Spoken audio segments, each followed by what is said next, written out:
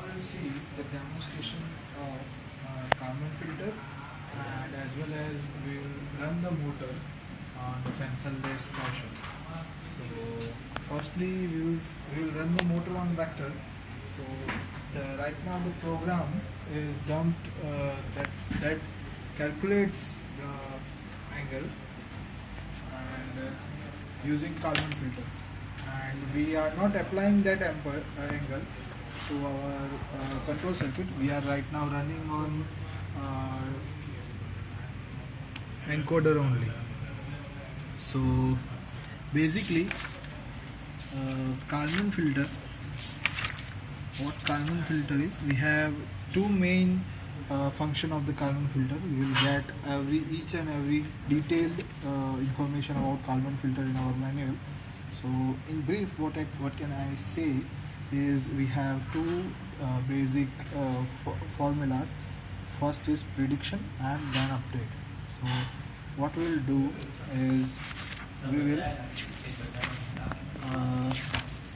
follow this flow diagram. So we will first initialize the parameters of Kalman filter. Then at the interrupt we will take the current from ADC. Then we will update the Kalman filter.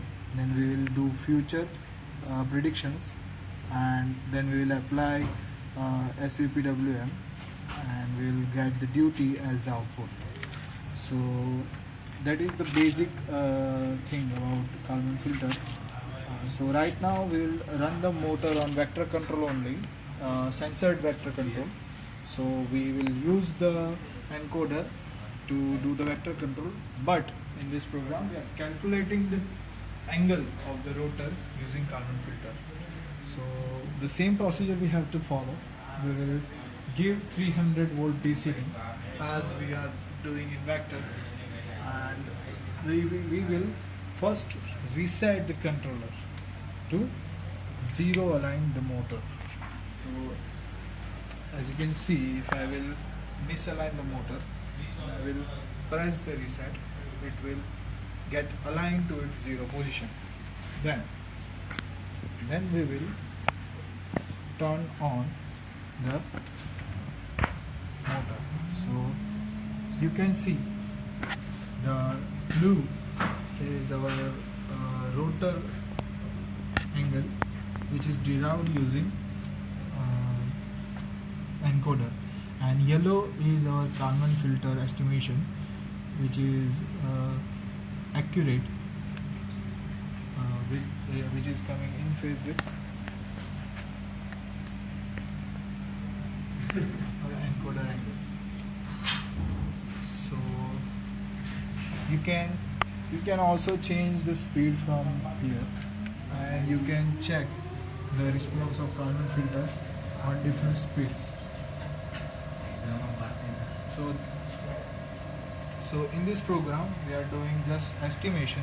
So now we will see how to do the application of that theta.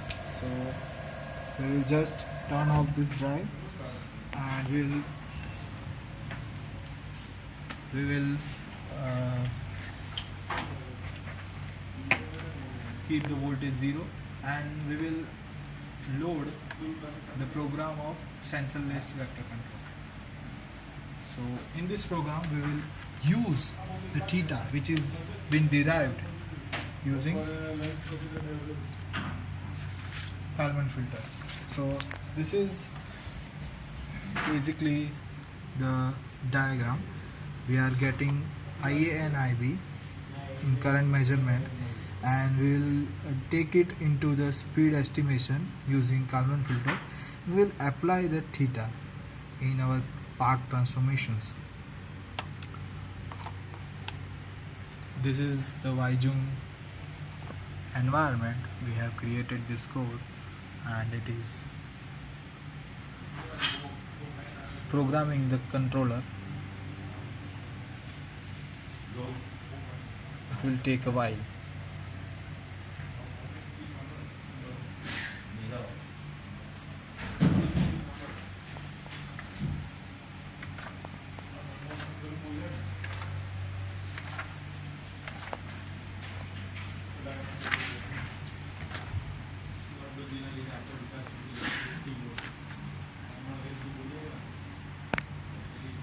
can also see this is the pin to pin diagram which we are following in sensorless control. We are getting three currents. We are doing path transformation, and we are giving it to EKF. We are getting speed and theta. So theta we are applying in the path transformation, and also in inverse path transformation we are using the same theta. In that way. So this is how the MATLAB is programming our controller. So we have loaded the code. Now we will give 200 volt DC link.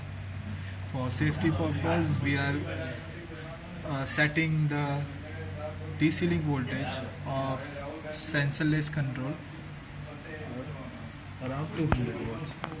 So as our old course, we will reset the controller to take the motor at the 0 position. So we will reset the controller and we will turn on the drive. So initially the drive will turn on in scalar control.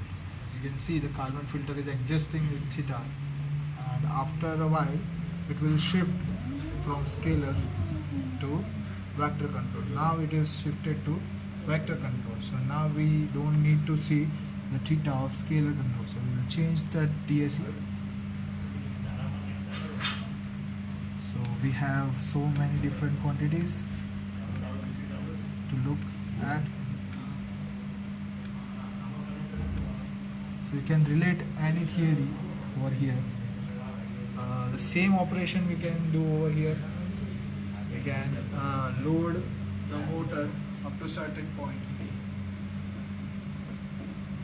And we can check the different waveforms. This is sector. This is VA, VB.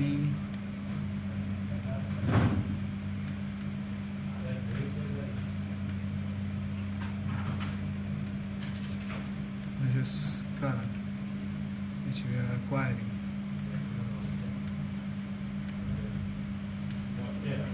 This is estimated theta, in which, so to prove it is running without the encoder, we will disconnect the A and B pulses which are giving us the position information. So this is my quadrature encoder axis input. You can see this is my QEI input, so it is getting the encoder A and B pulses, so we'll remove that pulses, and you can see without getting any help from encoder, we are able to do the vector control. Here you can see we have values of ID and IQ on the screen. So this is ID and second is IQ, the third one is our speed. So I will load the motor. You can observe the vector control observation on the screen.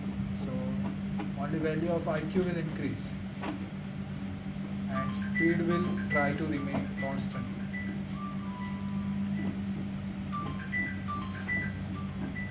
So we are at 1 ampere.